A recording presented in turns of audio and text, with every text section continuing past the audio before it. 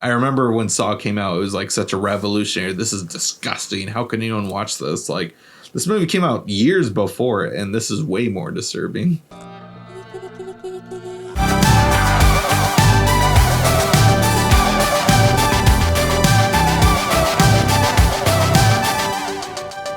Drive-By Movies, my name is Blaise. And I'm James.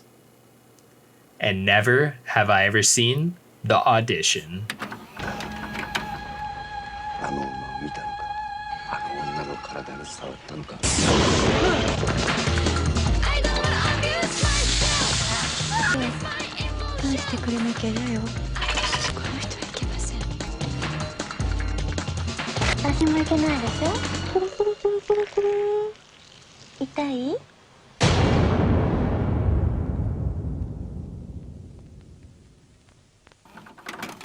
Audition is from 1999. It's about a widower who takes an offer to screen girls at a special audition arranged for him by a friend to find him a new wife.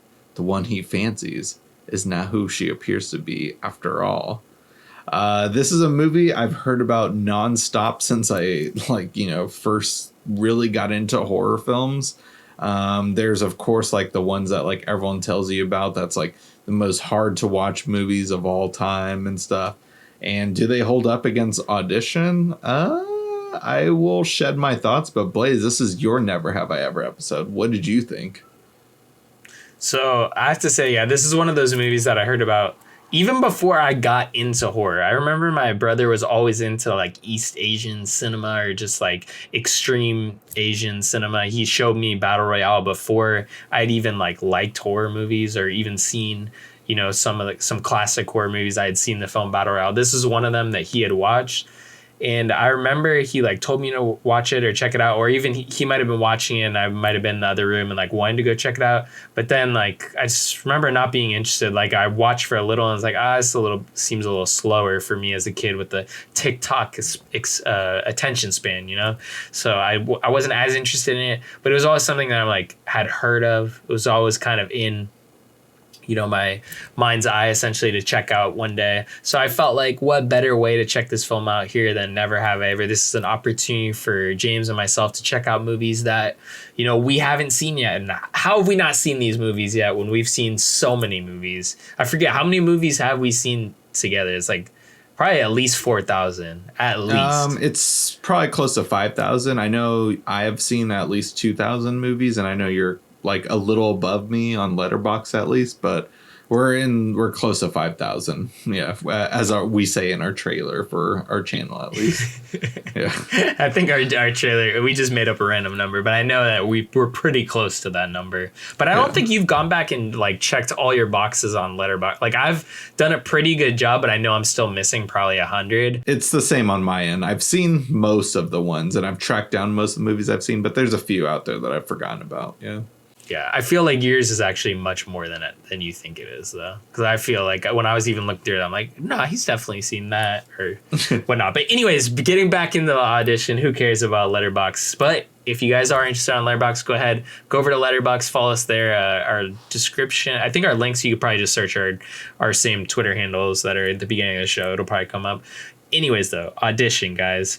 This movie, I wouldn't say is like hyped, but a lot of people revere it as a classic. Like Quentin Tarantino definitely puts this movie up there as like this has potential to be like a masterpiece. I know Rob Zombie looks at this movie like almost like a perfect type of movie. And I have to say, watching it, it definitely has those vibes. It's the perfect movie to almost take the idea of what you think the movie is and just totally twist it on its head, but in the most fricked up, I'm gonna say frick here, fricked up way imaginable. You know, it just takes this concept that just seems kind of similar. All right, a guy sets up an audition to find his wife or find his buddy who's a widower, his wife, and that just goes horribly wrong. But I loved all the like kind of tension that's brought on, the mystery when you're kind of finding out about this girl, and then just that last, I think it's about 30 minutes is extremely intense. So this was not what I would say a pleasure to watch, but I think it's a film that I will put, you know, in that echelon of movies that's revered. Yeah, My thoughts on the movie, honestly, I think this is a fantastic script and idea. I'd just say that some of the editing could have been done a little bit better. Some of the way it comes together in the final 20 minutes, I felt like was just kind of thrown in out of nowhere. Those are my only complaints with the movie. But having said those like negative things, I'd say that this is honestly one of my like favorite horror films that I've like seen and stuff. It's not a movie that I ever feel the need to really rewatch, but I love so much that it was kind of a long movie. I expected it to be like a 90-minute movie, but this is just like 10 minutes below 2 hours, I'd say. It's like the first hour is like all just a straight drama love story. But it's kind of dull and just like, all right, where's this going? It feels like a drama. And then out of nowhere, the final 40 minutes is when it just really just turns into something else.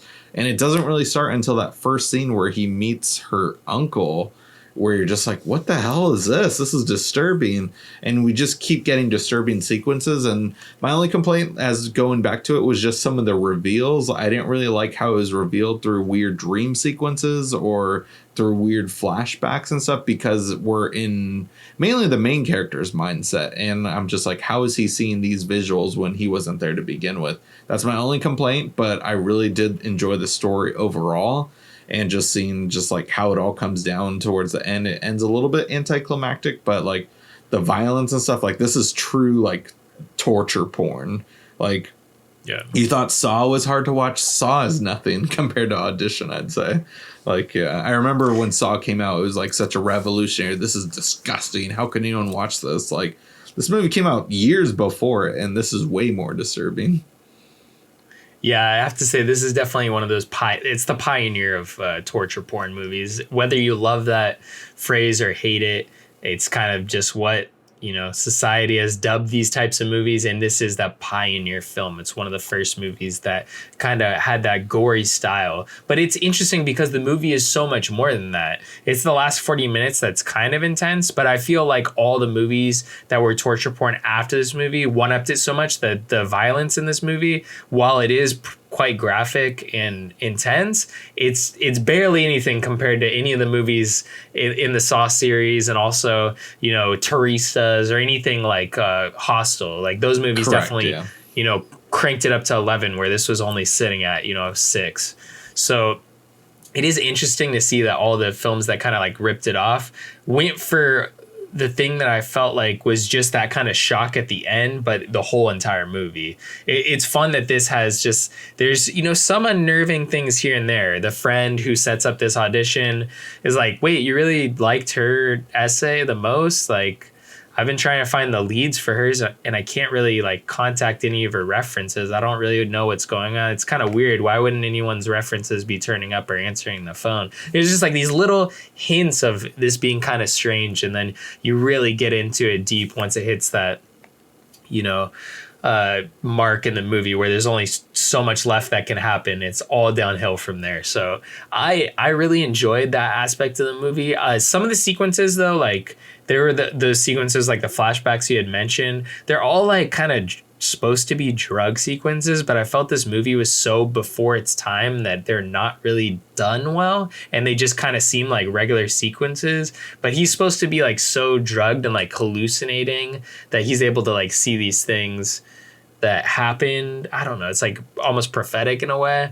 Interesting. I never thought of it that way. Yeah, the way they filmed it is like, it just doesn't really like come off the same as like a movie here in 2020 that would have a drug sequence. You would definitely know that you're watching, like a character that's like on drugs or being able to, it's in a drug sequence essentially. Like basically she drugs him to take advantage of him. And that's when he's having these moments where he could see flashbacks essentially into her history and like how she became, this really tortured soul, but then at the same time is torturing souls. So it's a really interesting movie. I actually really enjoyed it. After the fact, I think it's some parts are really tough to watch because it is so intense, but I don't know. I enjoyed it. Yeah. No, honestly, I'm glad you kind of explained that to me. I never picked up on that or never thought of it that way and stuff. Just like the idea of like, drugs coming into play on why that sequence was edited that way. I really just thought like, oh, really? Please don't like, employ this like it was all a dream sequence and stuff. This movie's pretty old at this point and stuff, so I feel like it's okay talking about spoilers. And I already knew like kind of going into this movie that it was going to lead to this final showdown in the final 20 minutes, and still caught me off guard and was a surprising watch to see how it finally comes together at the end and stuff. But yeah, I'm glad you like kind of talked about that or went into that, just because I didn't know that was part of the director's intentions, that it might be a drug sequence or just like what's going through his mind, hallucinating through after getting the serum that she gives him. But still though, it's a very intense movie though, and just like I really enjoyed like everything that led to it. And this is a movie that I just like can kind of see myself, the messed up individual that I am, like wanting to just show people to be like, oh, let's just watch this fun Japanese foreign film and stuff, let's see how it goes. And 1 hour of like just like interested, like, okay, where's this movie going? It's kind of boring, but where's it going? And then just out of nowhere, 40 minutes in, last 40 minutes, just seeing their reaction and stuff, like, it sounds like a good time.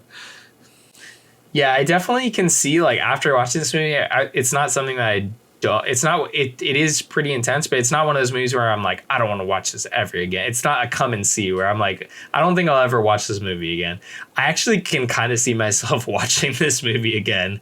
I felt like it was filmed well, and the story was all there, and the story was entertaining, that I could see myself, like you said, showing somebody else this movie. I don't know if I would watch it by myself again, but it would definitely be a movie that I could probably see myself watching with somebody else new with some fresh eyes. So I can kind of see myself doing that. I don't know if it's like a masterpiece, but it might skirt that line, essentially, at least when you come to talk about horror. So I really appreciated watching this. I have a lot of respect for the filmmakers behind it, and kind of the story that they brought that, really wasn't in the mainstream at the time, but they almost kind of like pioneered this whole genre. So it is cool in that aspect, and it's kind of a part of history. So I have to say, if you guys want to support the show, the easiest way is to go ahead and watch the audition if you haven't seen it. It's available in the Amazon affiliate link in the description box below.